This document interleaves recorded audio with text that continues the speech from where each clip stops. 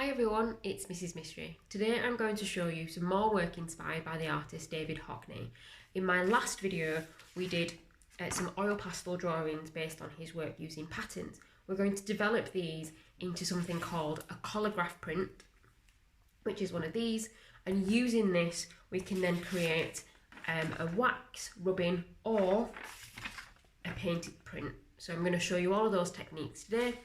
Please do share with me your work, use the hashtag MrsMysteryMake, send them to me on my usual handles on Instagram and Facebook.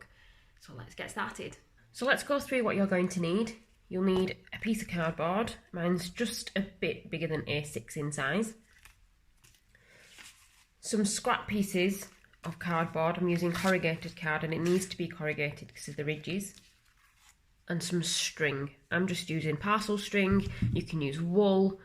Any type of thick string will be fine. A pair of scissors, a pencil, some PVA glue, an old paintbrush, some pieces of white paper that are slightly bigger than your piece of cardboard, and then either wax crayons, some paint. I'm using acrylic, but any paint that comes in a tube will be fine.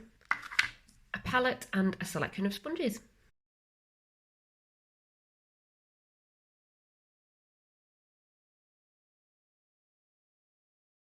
Okay, so you're going to take your base piece of cardboard to make your collagraph, and a collagraph is basically a printing plate that you create by using textures to build on top of. So we're using cardboard and string to create textures, and we're going to be inspired by David Hockney's work, which we've already looked at in terms of his patterns and his shapes. So what you are going to look more closely at is the patterns that you've created to be inspired by his work in your original drawing. So keep this at hand so you've got it in front of you. Now, what I'm going to do is look carefully at what I've created here and try and replicate this in a different material. This is called development, and it's really important in art and design practice to develop your ideas, to show your teachers and the examiners and people like that that you have the ability to take a different material and push it to a different limit. So what I'm going to do first is I'm going to look carefully at my simplified drawing and I'm going to redraw it, and I'm going to have to think a little bit more carefully about the scale to fit everything in. I'm just going to draw in that mountain and the lake.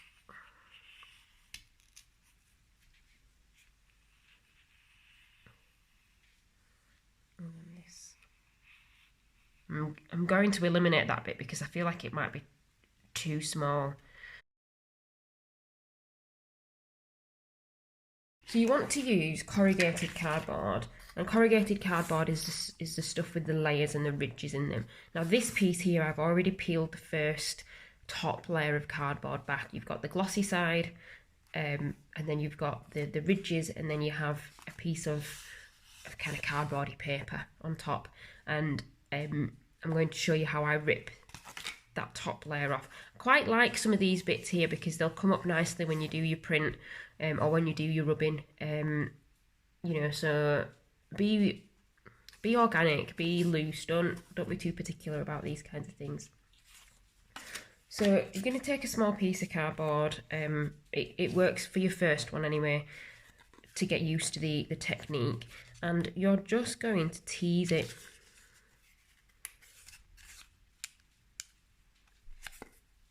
Find an end that you can tease. Now you're going to have your thumbs and your fingers doing the most work.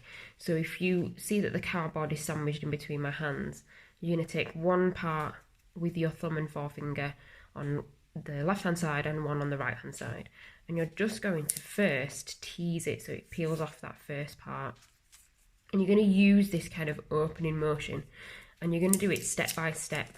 So every time you hit one ridge, you're going to move your fingers down.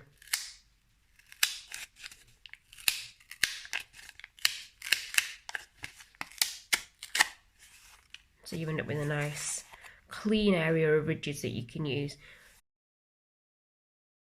So this bottom Grassipat here, I've used a set of lines that go in different diagonal directions, and they remind me very similar to the cardboard. So what I'm going to do is start cutting up some pieces that are similar to the grass that's there.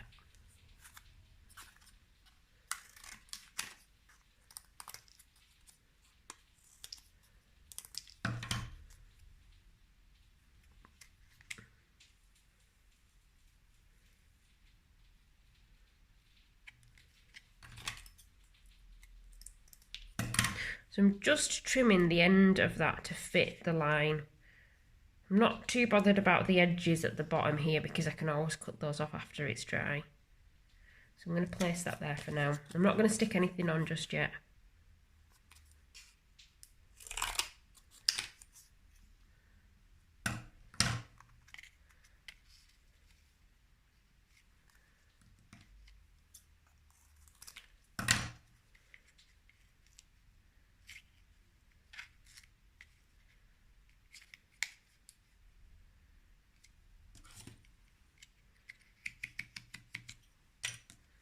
Now what I've done there is I've just mapped the line where it would meet that piece of cardboard so I can get that nice and accurate. Trim that bit off there so that fits nicely there next to it, like that.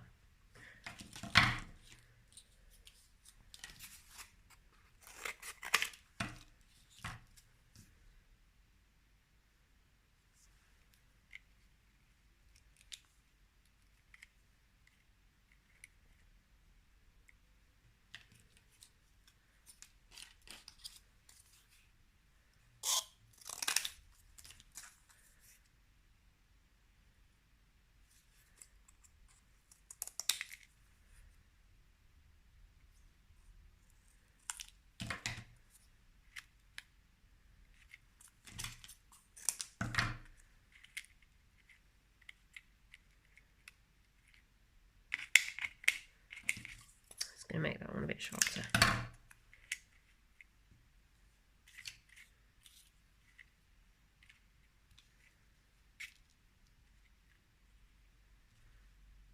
Once you've started to cut a few pieces out, you should really consider starting to stick them down as you go along, but get into the habit of cutting and ripping and getting some pieces ready first before you get your glue out.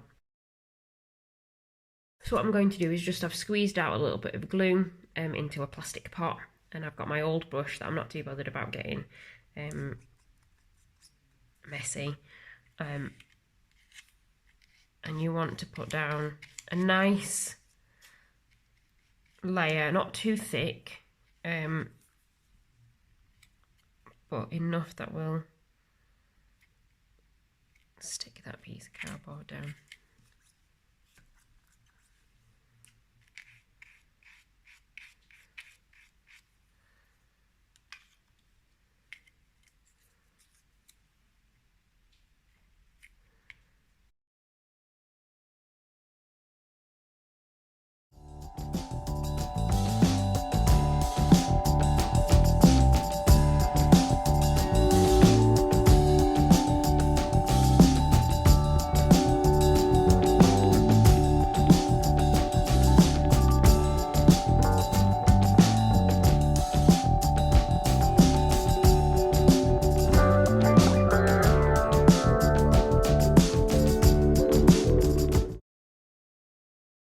So now that I've done that bottom part, I'm just going to flip this round this way so that can be drying and I don't touch it and I don't move any of those pieces because PVA glue takes a while to dry. And I'm going to work on the sky. Now if I have a quick look again at my drawing, my sky is full of lines and I'm going to create those with string. So I'm going to take a small piece of string and I'm going to just loop it evenly. This just makes it easier to cut.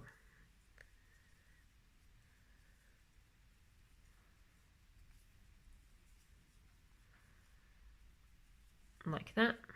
And then I'm just going to take my scissors, put it through the loops on one side, flip it round, put it through the loops on the other side, and I've got some pretty similar looking, didn't cut through that one, pieces of string. And the same principle goes on the back here, but what I'm going to do is paint the whole sky with glue. And the string that I'm using is quite difficult to manage, so if you've got wool it might be better, it sticks better, or if you've got cotton parcel string rather than twine, that might be better as well. And what I'm going to do is just place down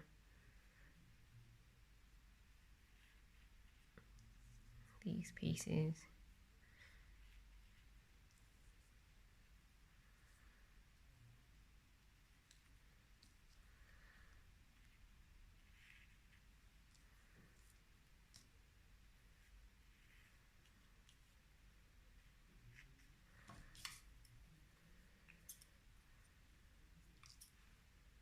Just going to cut this one in half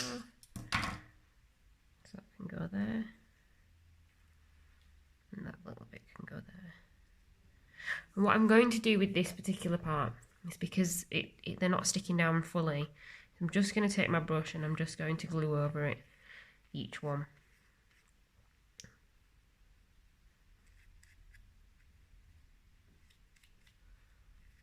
Just for now, whilst I work on the rest of it.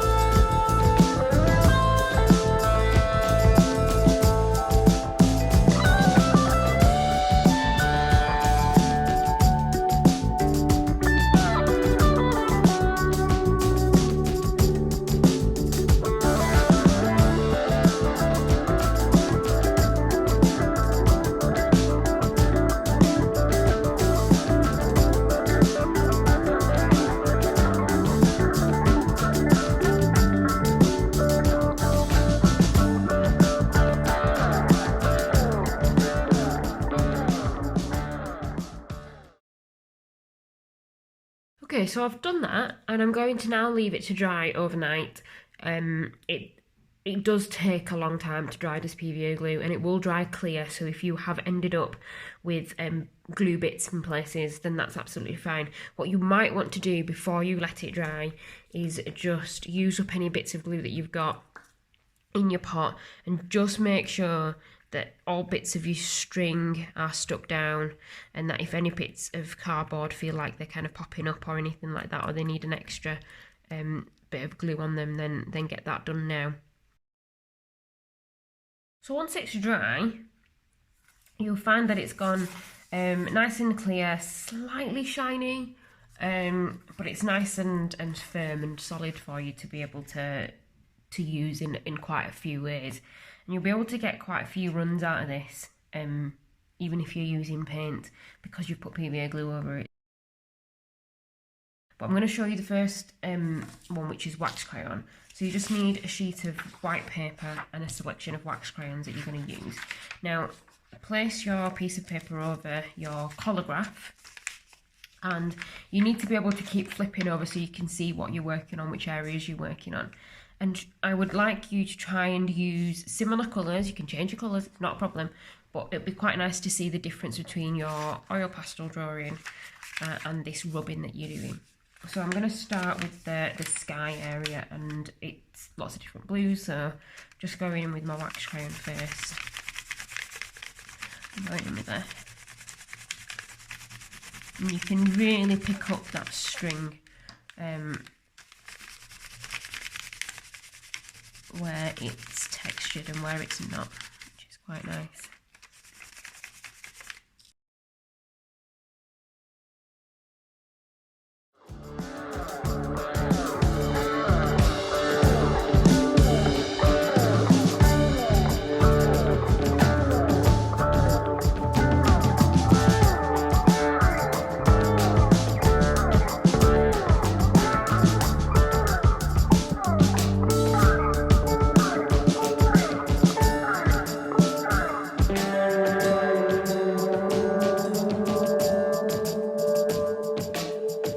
So there it is. I think it looks great. The textures come up really well with the wax crayons. You might find that using broken bits are a little bit more helpful and easier to manoeuvre because you've got a wider surface area to work with. But it's entirely up to you what colours and things you use. If you are using paint, then this is my favourite technique. Just protect your work surface with a bit of newspaper down first. Squeeze out the paints that you want. Don't use too much. You can always take more, but you can never put it back in. So, just use a small amount of paint and keep adding this if you need it. You can use brushes or you can use sponges. I'm using a couple of sponge sticks and I'm using an old scouring pad with a sponge part on it. So if you've got any of these lying around, they're really useful. You can reuse them again and again and again. So I'm just going to load up my sponge with a bit of blue. And the good thing about the newspaper is it allows you to test your colour first. I'm just going to dab the paint. Now I'm going to take a little bit of white onto my sponge as well, so I can kind of mix and blend those two colours together a little bit. Now you do have to work quite quickly with this because the paint will dry quite quickly, so make sure you've got your paints and things already out.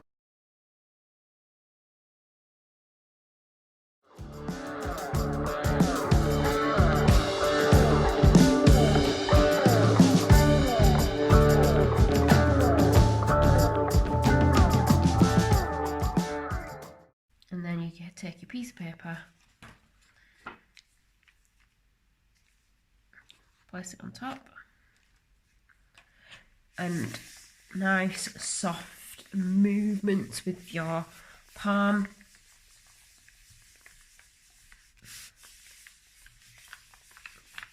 So you can see that string kind of and the cardboard texture coming through. Make sure you get every part.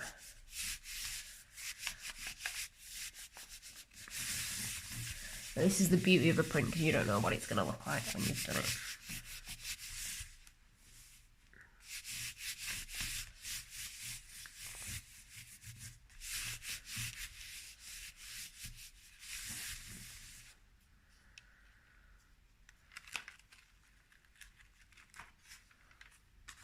So you end up with a little print. Now you can see on this particular one, I've not properly put enough paint on this red part here, but everything else has come out really, really well.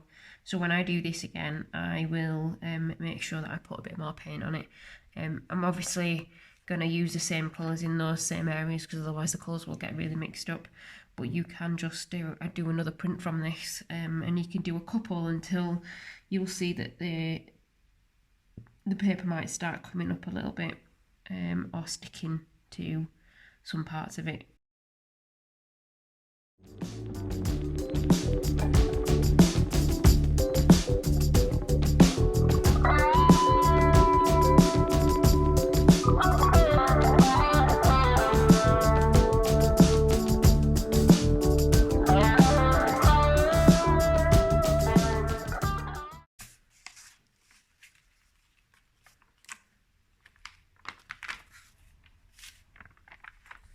That one turned out much better. So yeah, just keep practicing and playing around with different quantities of paint and how much paint you're putting on. But I think they look really great. So well done, guys. I hope you enjoyed those techniques. I'm sure you'll be able to see the potential of these techniques and use them for many different things, not just David Hockney's work. So you should have, by the end of this, created either a painting or a wax rubbing.